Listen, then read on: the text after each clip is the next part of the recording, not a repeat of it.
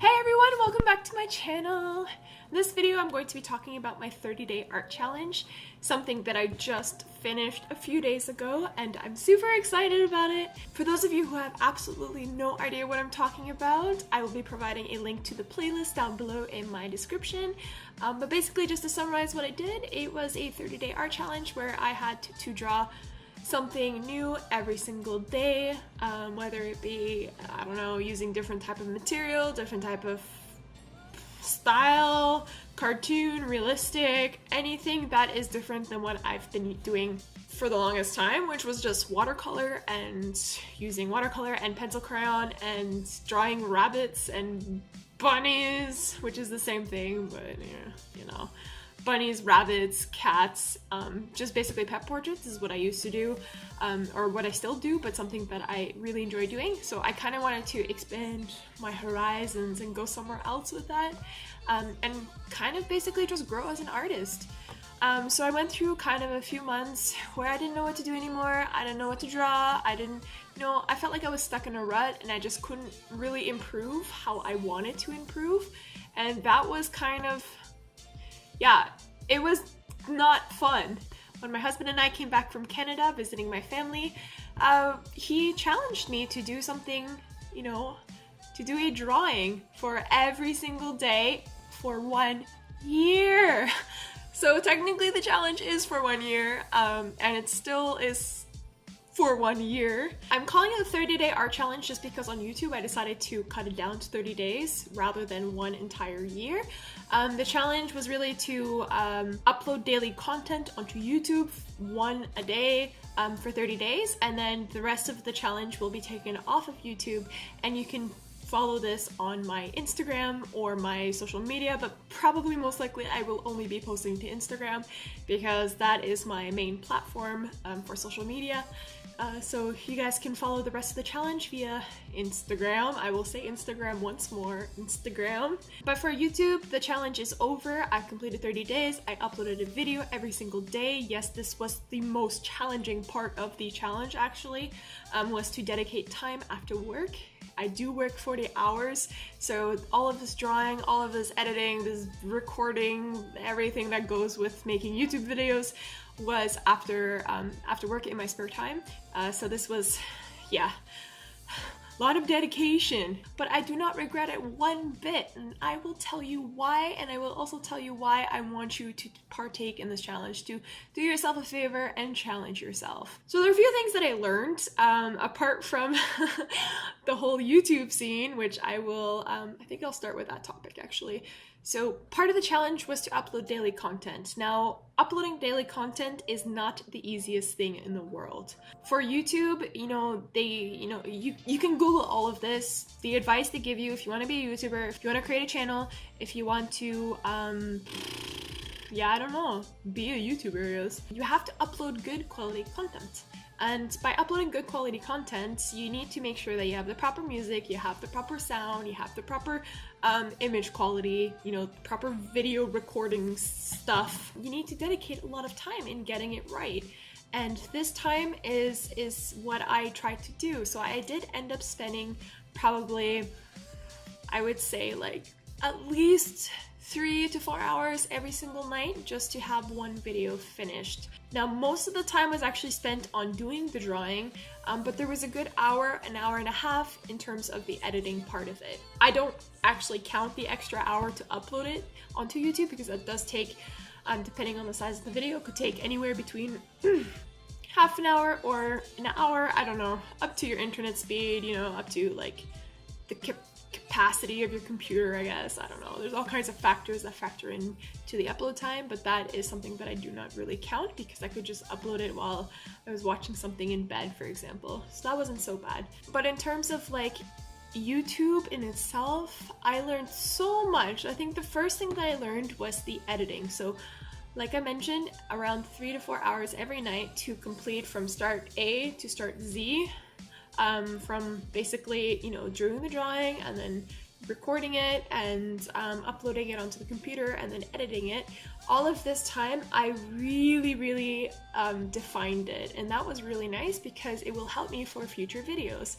So I was able to figure out how to yeah, my editing process, what I wanted to do for music, how I wanted to do for the intro, as well as scanned art, how I wanted to show it at the end of the video, you know, voiceover, giving instructions throughout the video. I really got to decide what I wanted to do. And I think that the only way to actually do this, to learn this, is to do it as much as possible. So the greatest experience you will ever get is by doing it yourself, rather than reading or watching other people do it. You should just do it yourself. So I think that's one of the most valuable things that I will take from this challenge, was the fact that I was able to figure out my editing process and see what I wanted and how it worked in Adobe Premiere Pro, and how it worked in terms of like the YouTube backend. The second thing that I learned in terms of uploading videos to YouTube was actually how to market myself. So marketing is a huge factor in getting subscribers and getting viewership, and a lot of this is done through titles, so how you name your video, the thumbnail that you use, as well as the keywords and the tags for the video. All of this I took the time to research, and I took the time to really get to know what I was doing and how the YouTube algorithm worked. So this is something that I tried to apply to the videos that I was posting every day. At the beginning, you'll notice that it's not so much like I didn't really focus on keywords. I didn't really focus on drawing content that people will recognize. It was more so things that I liked for myself, like a bunny rabbit, for example. But really that doesn't really rank in the SEO algorithm of YouTube. So I had to kind of focus on drawing characters that people will recognize, such as Alice in Wonderland characters like the White Rabbit or The Nightmare Before Christmas. So yeah, that was something that I thought was pretty interesting, and as soon as I started to apply the knowledge that I learned for the tags, for the keywords, I started to get a higher viewership. So yeah, that's kind of a neat takeaway or learning from this challenge.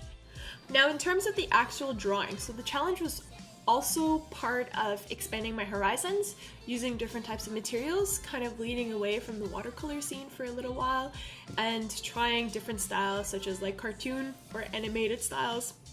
Not animated, I mean animation styles. So I did do some drawings, as you'll see in the 30 days. For some drawings, I did stick to my regular style, such as this one right here. So this was done primarily with watercolor and pencil crayon, but I did use quite a bit of Copic markers as well to get the shadowing right. So this was pretty interesting because while the challenge was progressing, I started using Copic markers, which I have never done in my entire life, and I don't know why, because they're so fantastic. I started to use more of the Copic markers as I went along in the challenge, and I figured out how they worked. I realized how much I loved them and how much I was missing out.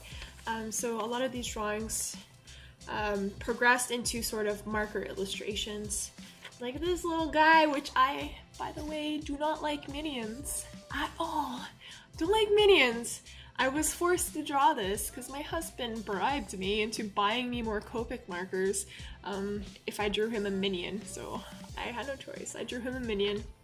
But he turned out cute in the end, so I can't blame him. Throughout the drawings, or throughout the challenge, I was also incorporating, like learning how to use the markers, the Copic markers with the pencil crayons and or the watercolor.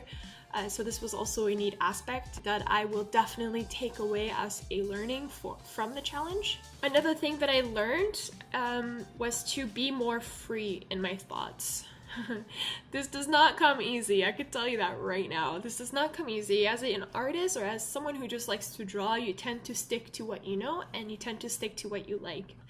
And this is hard to break away from. It really is. And I had the hardest time at the beginning.